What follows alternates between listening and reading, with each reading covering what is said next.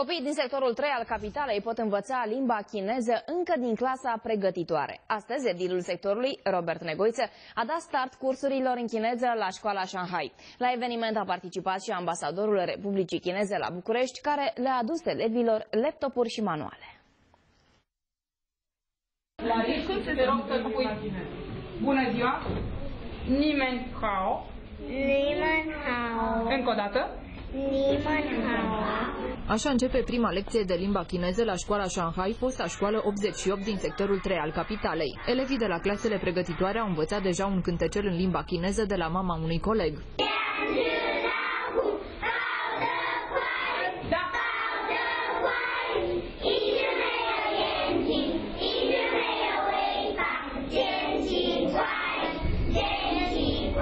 Cât de greu a fost să înveți cântecelul ăsta în chineză?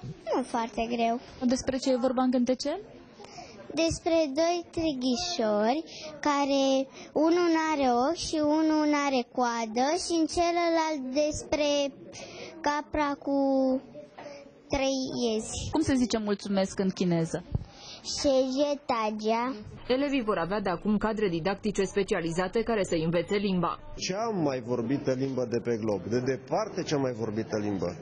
Noi avem o relație de prietenie cu China, relații comerciale de asemenea, cu una din cele mai mari și în foarte mare creștere economia chineză. Deci este foarte important să pregătim copiii pentru România de mâine. 罗马尼亚的孩子来学习汉语，同时反过来，我也希望有更多的中国的孩子学习罗马尼亚语。Mulțumesc! Oficialii chinezi nu au venit la școala Shanghai cu mâna goală. Sunt 6 laptopuri, acestea sunt donate de către ambasadă pentru copiii care învață limba chineză și în plus pentru început câteva seturi de manuale și auxiliare. Până în acest moment, la școala Shanghai au fost depuse de către părinți aproximativ 200 de cereri în vederea studierii limbii chineze.